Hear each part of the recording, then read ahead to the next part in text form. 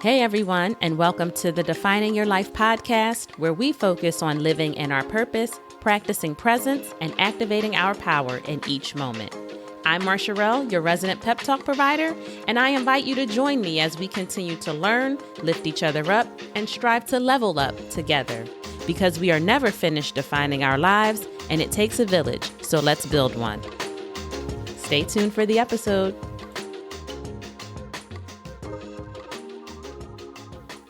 Hey everyone!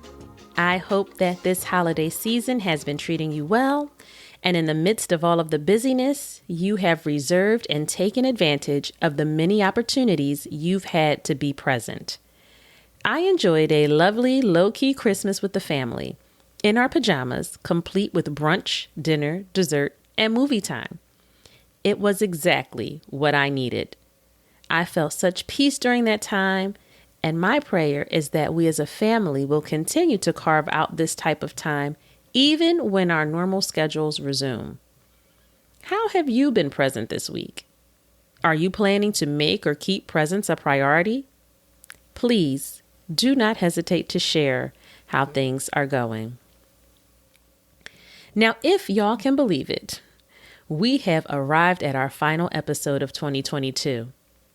I want to thank each of you who have been listening, sharing feedback, and encouraging me to keep going. It means so much to me that this podcast, even in its infancy stage, means something to you. Thank you for allowing me to share my journey openly, and I pray that we continue growing together, becoming who we truly ought to be. Now, in this final installment of the Power Series, I want to talk about owning your power. You may remember that early on, we chatted about the power of activating.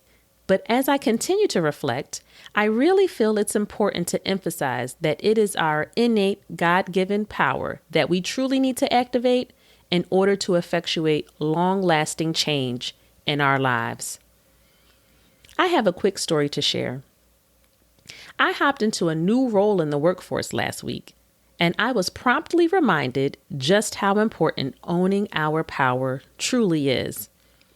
Prior to my start date in this uncharted territory, I had been hyping myself up. Even during the interview process, I decided that I was going to show up as the most authentic, confident version of myself that I could, and consciously operate from my newly established point of view of, I know that I am, instead of my typical, I hope that I am. Well, it worked, and I landed the new gig. But as week one progressed, I found my confidence already wavering. Even small comments from my new manager that I'm sure weren't truly questioning my abilities had me questioning myself. And there it was, imposter syndrome, already lurking and trying to knock me off balance. I was feeling out of place and discouraged. Yes, I had asked for challenge, change, and something new. And even having anticipated that it might be uncomfortable, it still caught me off guard. So I had to take a step back and remind myself of who I am, regardless of this or any other position.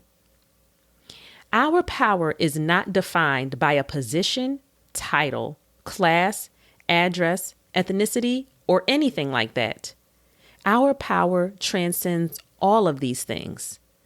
Who we are supposed to be is already within us, and it is our duty to break through the barriers that keep us from shining each and every day. So let me ask you, what are the ways in which you shine? As we close out the new year, I encourage you to really tap into your authentic power.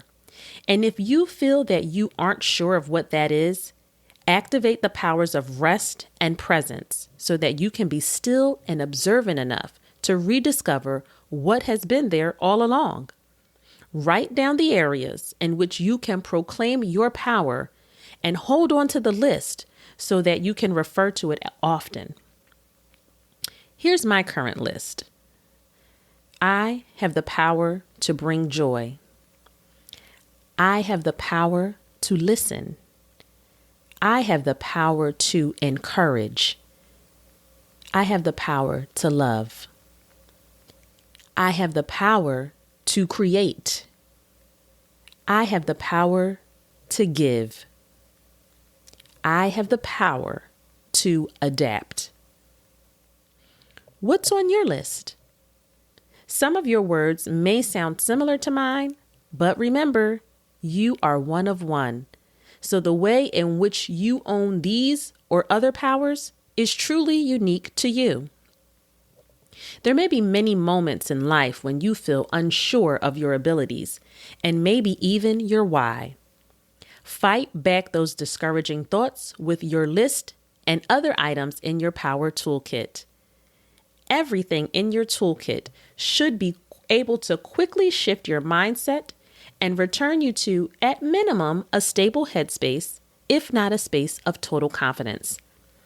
My power toolkit consists of the following: scriptures that both encourage and comfort me.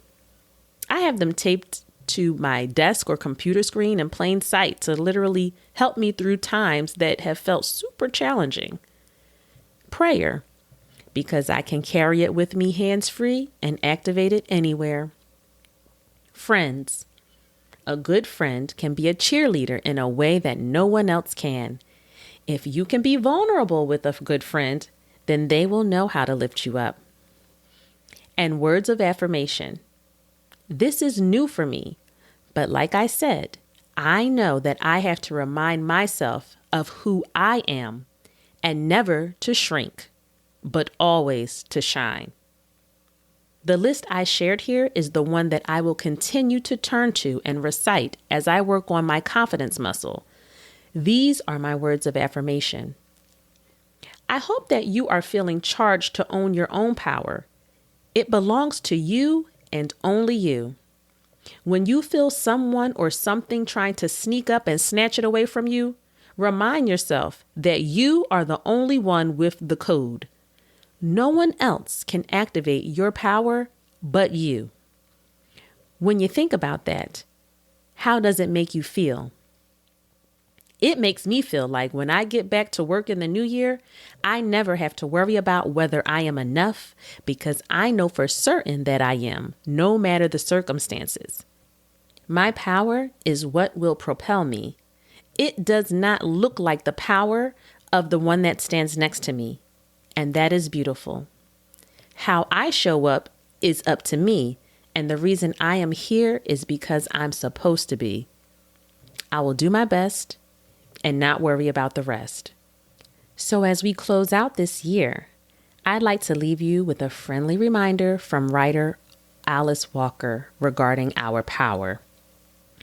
The most common way that people give up their power is by thinking they don't have any. Sit with that for a moment. What do you believe about your power? Are you minimizing it or diminishing it? If so, it's time to course correct.